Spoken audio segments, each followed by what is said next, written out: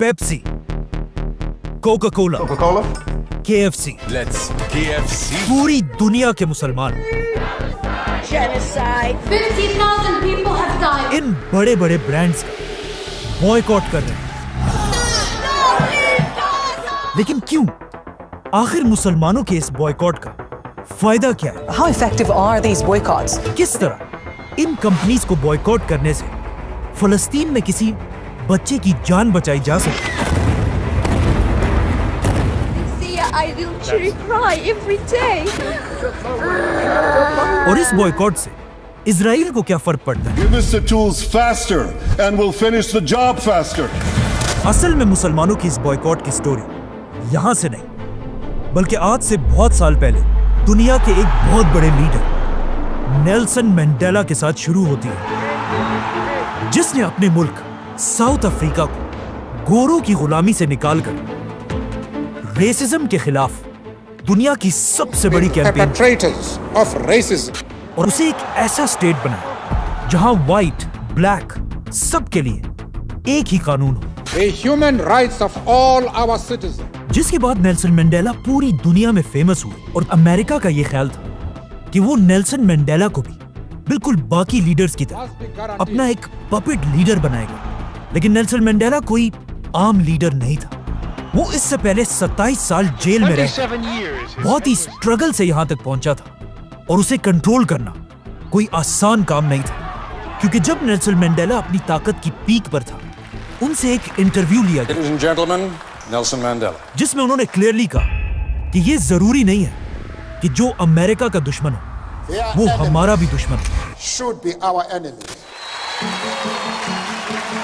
और साथ ही अमेरिका के पॉलिसीज के खिलाफ जाकर कहा कि हम चाहते हैं फलस्तीन को उसका हक दिया जाए, Territories should be returned to the Arab people. क्योंकि फलस्तीनियों की जंग भी बिल्कुल हमारी तरह एक आजादी की जंग है। They are fighting for the right of self-determination.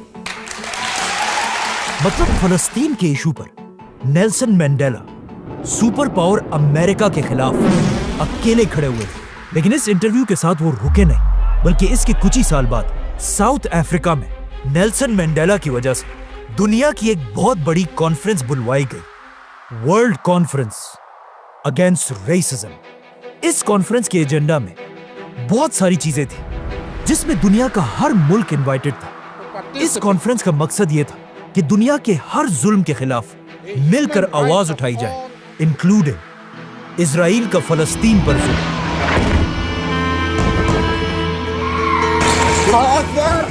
ये देखकर पूरी दुनिया में सिर्फ 2 कंट्रीज ने इस कॉन्फ्रेंस की मुखालफत की और इसका बॉयकॉट किया, इजराइल और अमेरिका। लेकिन अजीब बात यह है कि ये कॉन्फ्रेंस शुरू तो हुई, लेकिन कभी खत्म नहीं हो सकी, क्योंकि ये कॉन्फ्रेंस सितंबर 2001 में हुई थी और इसके शुरू होने के सिर्फ 3 दिन बाद अमेरिका पर हमला किया गया। नाउ ये कॉन्फ्रेंस तो इजराइल के मसले तक पहुंचने से पहले ही खत्म हो गई, लेकिन इसमें एक शख्स ऐसा था जो नेल्सन मंडेला और उसकी स्ट्रगल से बहुत इंस्पायर हुआ, और उसने सोचा कि क्यों ना दुनिया के सारे मुसलमान भी इजराइल के जुल्म के खिलाफ एक बहुत बड़ी कैंपेन शुरू करें। उमर बरगूती और इजराइल का बायकॉट करना चाहिए। बायकॉट, असल में ये लफ्ज बायकॉट नहीं बल्कि बॉयकॉट है, जो आज से 150 साल पहले इंग्लैंड के एक जालिम बिजनेसमैन चार्ल्स बॉयकॉट का नाम था, जो वहां अपने वर्कर्स पर बहुत जुल्म किया करता था और उनसे बहुत ज्यादा टैक्स लिया करता था। आखिर एक दिन इन सारे वर्कर्स ने चार्ल्स बॉयकॉट के इस जुल्म से तंग आकर उसके खिलाफ एक बगावत करने की कोशिश की। लेकिन चार्ल्स बॉयकॉट इतना पावरफुल आदमी था कि इन वर्कर्स का उससे लड़ना इम्पॉसिबल था। लेकिन उन्होंने हार नहीं मानी। इन सारे वर्कर्स ने मिलकर बॉयकॉट के खिलाफ एक प्लान बनाया कि आज के बाद चार्ल्स बॉयकॉट के लिए ना हम कोई काम करेंगे, ना इसके कपड़े धोएंगे, ना इसके लिए खाना बनाएंगे, और ना इससे कोई भी चीज खरीदेंगे। इन वर्कर्स का ये प्लान इतना जबरदस्त था कि इसके कुछ ही अरसे बाद बॉयकॉट इनसे जान छुड़ाकर हमेशा के लिए यहाँ से भाग गया। और ये एक इतना जबरदस्त पीसफुल प्रोटेस्ट था कि दुनिया में हर तरफ लोग इसे यूज करने लगे। यहाँ तक कि इस प्रोटेस्ट का नाम ही चार्ल्स बॉयकॉट की वजह से बॉयकॉट पड़ा। बॉयकॉट लफ्ज आहिस्ता आहिस्ता दुनिया में फैल रहा था, लेकिन इस स्ट्रेटेजी का बेस्ट यूज एक बहुत बड़े लीडर महात्मा गांधी ने किया, जिसने इंडिया को ब्रिटिश एम्पायर की गुलामी से निकालने के लिए बहुत सारे काम किए, जिनमें से एक था ब्रिटिश एम्पायर का बॉयकॉट। महात्मा गांधी ने ब्रिटिश एम्पायर के टेक्सटाइल, स्कूल्स, टैक्सेस और इवन अदालतों को भी बॉयकॉट करने का हुक्म दिया। गांधी की इसी स्ट्रेटेजी को देखकर दुनिया के और भी बहुत सारे लोग इस स्ट्रेटेजी को यूज करने लगे। मतलब जब इंडिया में ये सब कुछ हो रहा था, अचानक वहां यूरोप में दुनिया की सबसे बड़ी जंग शुरू हुई, वर्ल्ड वॉर 2, जिसमें जर्मनी के लीडर एडोल्फ हिटलर ने यूरोप के यहूदियों को मारना शुरू किया। और यहूदियों के पास बिल्कुल भी इतनी ताकत नहीं थी कि वो हिटलर जैसे खतरनाक इंसान के साथ गन्स और टैंकों से मुकाबला करें। तो उस वक्त के यहूदियों ने मजबूरन इंडिया के महात्मा गांधी से सीखा और पूरी दुनिया में यहूदियों को जर्मनी का बॉयकॉट करने को कहा, जिसके बाद पूरी दुनिया के यहूदियों ने मिलकर जर्मनी से हर चीज खरीदना बंद कर दिया। यहूदी प्रोफेसर्स जर्मन यूनिवर्सिटीज से रिजाइन करने लगे। इवन जर्मनी के यहूदी अपनी जर्मन सिटीजनशिप भी छोड़ने लगे। इन्हीं यहूदियों में उस वक्त के एक बहुत बड़े साइंटिस्ट एल्बर्ट आइंस्टाइन भी थे, जिन्होंने इसी बॉयकॉट की वजह से अपनी जर्मन सिटीजनशिप और यूनिवर्सिटी छोड़ दी। नाउ इन्हीं लोगों से इंस्पायर होकर उमर बरगोती ने आज से एग्जैक्ट 20 साल पहले 2005 में इजराइल को बॉयकॉट करने की एक ग्लोबल कैंपेन शुरू की, BDS, और पूरी दुनिया के लोगों से अपील की कि वो इजराइल के इस जुल्म के खिलाफ उनके सारे प्रोडक्ट्स का बॉयकॉट कर दें। To boycott their company, to force their company to abandon illegal projects in Israel. लेकिन ये बॉयकॉट सिर्फ इजराइल के कंपनीज के खिलाफ था। अमेरिकन कंपनीज जैसे कोका कोला, पेप्सी, KFC इनके खिलाफ नहीं था। BDS के बनने के बाद अगर सच में देखा जाए, इसका दुनिया पर इतना बड़ा कोई असर था नहीं। और आहिस्ता आहिस्ता वक्त गुजरने के साथ साथ लोग इसे बिल्कुल भूल चुके थे। लेकिन अचानक आज से 2 साल पहले एक बार फिर इजराइल और फलस्तीन की जंग शुरू हुई। इजराइल की फौज गजा में इंटर हुई और हजारों मासूम फलस्तीनियों को शहीद करने लगी। इस जंग में इजराइल अकेला नहीं, बल्कि उसके पास सुपर पावर अमेरिका की फुल सपोर्ट थी, 2,000 US troops are now on a hike. जिसने इजराइल को वेपन्स के साथ साथ बिलियंस ऑफ डॉलर्स दिए। और इस बात का तो ऑफ कोर्स सबको पता था कि एग्जैक्टली ऐसा ही होना है, क्योंकि Because everybody knows the United States is a friend of Israel. लेकिन इजराइल के हमले के सिर्फ 6 दिन बाद एक बहुत ही अजीब बात सामने आई। अचानक एक दिन इंस्टाग्राम पर अमेरिका की एक कंपनी मैकडॉनल्ड्स ने इजराइल में ये ऐलान किया कि इजराइल के फौज के हजारों सोल्जर्स को हम फ्री में खाना देंगे और हर फौजी को इजराइल के मैकडॉनल्ड्स में बड़े बड़े डिस्काउंट्स मिलेंगे। इसी तरह अमेरिका की कुछ बाकी बड़ी बड़ी कंपनीज ने भी इजराइल को सपोर्ट करने का ऐलान किया, जैसे कि बर्गर किंग्स, स्टारबक्स।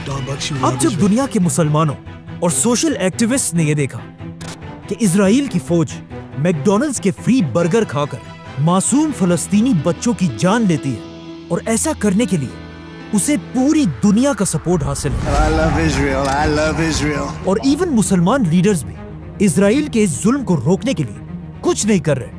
तो अब जब और कोई रास्ता नहीं था, तो लोगों ने खुद इजराइल पर प्रेशर डालने के लिए वही बॉयकॉट BDS की कैंपेन दोबारा शुरू की। In campaigns such as BDS. इस बॉयकॉट में सिर्फ मुसलमान नहीं, बल्कि क्रिश्चियंस, एथियस्ट और इवन बहुत सारे यहूदी भी शामिल हैं। Jewish support for BDS. और इजराइल के खिलाफ ये बॉयकॉट आज दुनिया के तारीख की सबसे बड़ी बॉयकॉट कैंपेन बन चुकी है। लेकिन ये कैंपेन थोड़ी कंट्रोवर्शियल भी है, क्योंकि आज दुनिया के मुसलमान 2 बड़े ग्रुप्स में बढ़ चुके हैं। एक ग्रुप वो जो कहता है इजराइल के खिलाफ इस बॉयकॉट का कोई फायदा नहीं है, और दूसरा वो ग्रुप जो कहता है हमें हर हाल में इजराइल के खिलाफ बॉयकॉट करना चाहिए। जो लोग इस बॉयकॉट के खिलाफ हैं, वो कहते हैं इस बॉयकॉट का अब तक क्या फायदा हुआ है।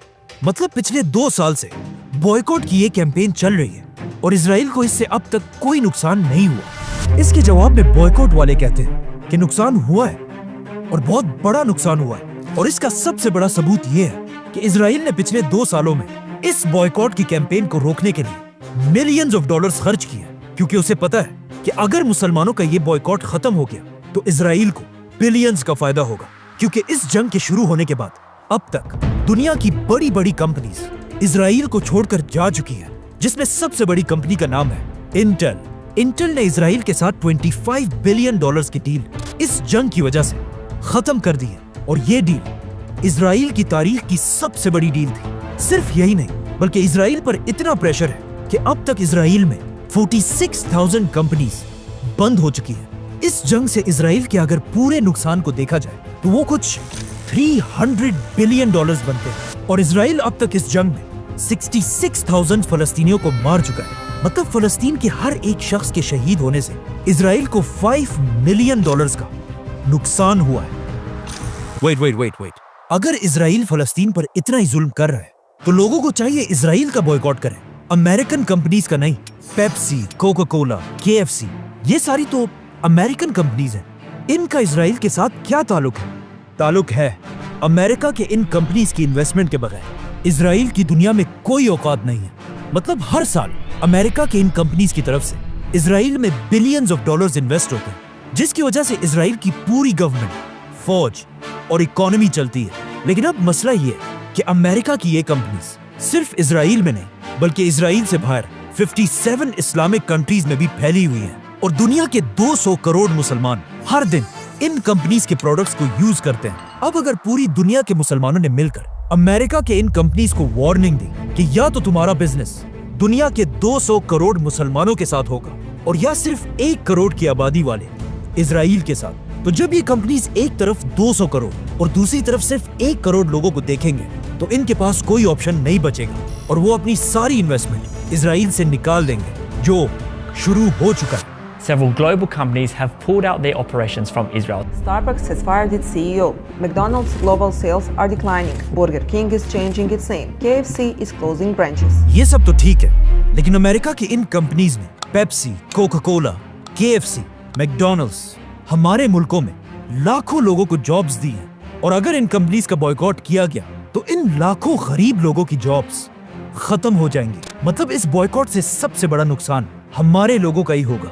ये बात तो ठीक है, इसमें कोई शक नहीं है, लेकिन इसे समझने के लिए हमें पीछे जाना होगा।